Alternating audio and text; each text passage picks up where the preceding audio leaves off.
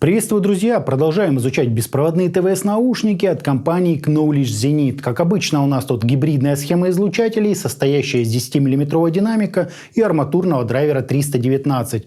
Поддержка игрового режима со сверхнизкими задержками и кодеки SBC, а оси aptX. Базируется же модель на свеженькой SoC от Qualcomm, это QCC3040. Да, сегодня мы говорим о их новинке KZ-Z3. Собственно, поехали!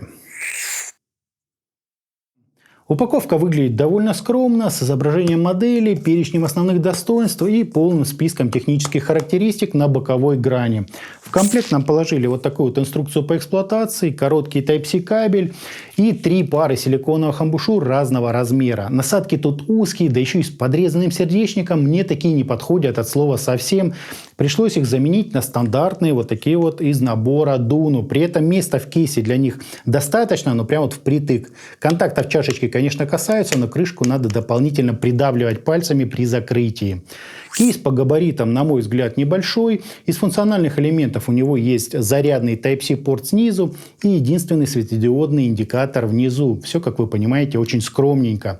Качество петли здесь тоже на свои деньги. Щелкать ей не принесло мне вообще никакого удовольствия. Батарея же внутри на 300 мАч, чего хватает на 18 суммарных часов музыки. Это с учетом где-то 3,5 часа работы на одном заряде.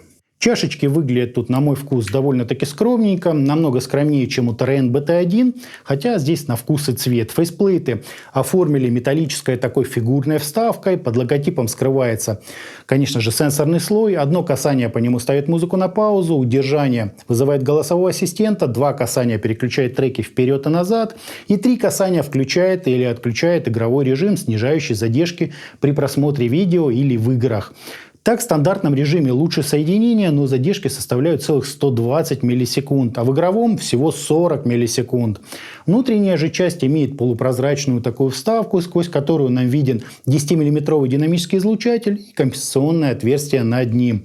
Арматурный драйвер 319, скорее всего, разместили либо в звуководе, либо где-то близко к нему. Сам звуковод тут тоненький, диаметром в 4 мм, с выступом для удержания амбушюр и вот такой вот защитной металлической сеточкой. Дополнительных отверстий здесь целых 3. Одно под индикаторный светодиод на внешней части. Второе, скорее всего, это вентиляционное сверху. И третье снизу под разговорный микрофон, с качеством которого вы, конечно же, можете ознакомиться самостоятельно. Я вставлю отрывок из записи. Слушаем. Тестируем качество записи беспроводных ТВС-наушников KZ-Z3. Вот, собственно, так они и записывают. И именно так вас будет слышать ваш собеседник при звонке. Защита от воды в KZ-Z3 не заявлена, зато вот кодеков здесь полный комплект. SBC, оси и, конечно же, aptX. Очень понравилось здесь качество сигнала, никаких проблем с наушниками ни разу не испытывал. А вот запаса по громкости куда меньше, чем это было в TRN BT1.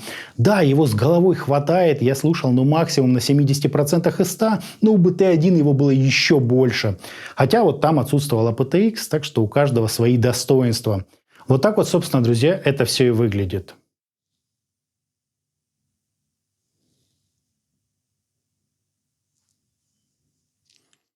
Измерения показали чуть более продолжительный относительно стандарта импульс, искажение около 1% в пиках, если измерять выше 100 Гц, и вполне допустимые расхождения между левым и правым каналом.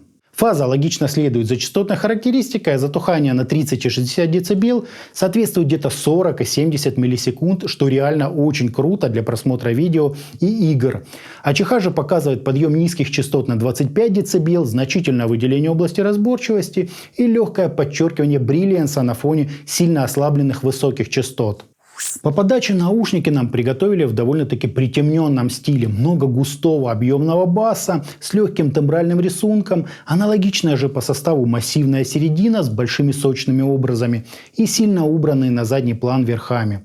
Детализация и прозрачность здесь, очевидно, скрадываются. Из высоких же нам подсвечивают только вот самую верхнюю их часть. Слушается это приятно, но картина строится совсем другая, чем это было в TRN BT1. Там доминировали нюансы, яркость, воздух, воздух и скорость. Здесь же все медленное, тягучее и очень жирное. При этом начинка у них абсолютно идентичная, просто настроили ее по-разному. ТРН для динамика отвела бас, а все остальное делала чистая детальная арматура 319. В этом есть своя фишка, так как звук получался ярче, сочнее, прозрачнее, но там не было баланса между излучателями. Бас кардинально отличался от всего остального диапазона. В КЗЗ-3 пошли по пути сбалансированности, теперь динамик отвечает и за бас, и за середину, и лишь отведенные на задний план верха дополняют картину детальными чистыми отзвуками. Что из этого лучше? Сложно сказать. Лично мне больше по вкусу картина, которую строит ТРН. Там тоже все басовито и жирно, но намного чище и естественнее. КЗ же сделали слишком уж вязкий такой мягкий звук. И это с учетом, друзья, PTX кодека. Для среднего меломана, кому нужно, чтобы баса была побольше, высоких поменьше и звук пожирнее, наверное, вот то, что надо. По стилистике лично мне по вкусу пришелся тяжелый металл, так как люблю его в таком притемненном аналоговом стиле аудиокассет. Баса здесь реально много, саб-часть пробивает аж до мурашек, ритм гитары, конечно, слитный, но рычат порядочно. Вокал немного выделяется в треке, разборчивость у него, кстати, хорошая. Тарелочки и прочую высокочастотную перкуссию тут знатно так придавили, оставив только утонченную их верхнюю часть. Как по мне, получилось комфортно, уши, по крайней мере, это нисколько не утомляет. Сидеть в таких наушниках можно реально долго. Старый блюз и рок нормально так вписываются в подачу, а вот живая музыка и джаз чем-то напомнили мне бюджетные модели от Redmi.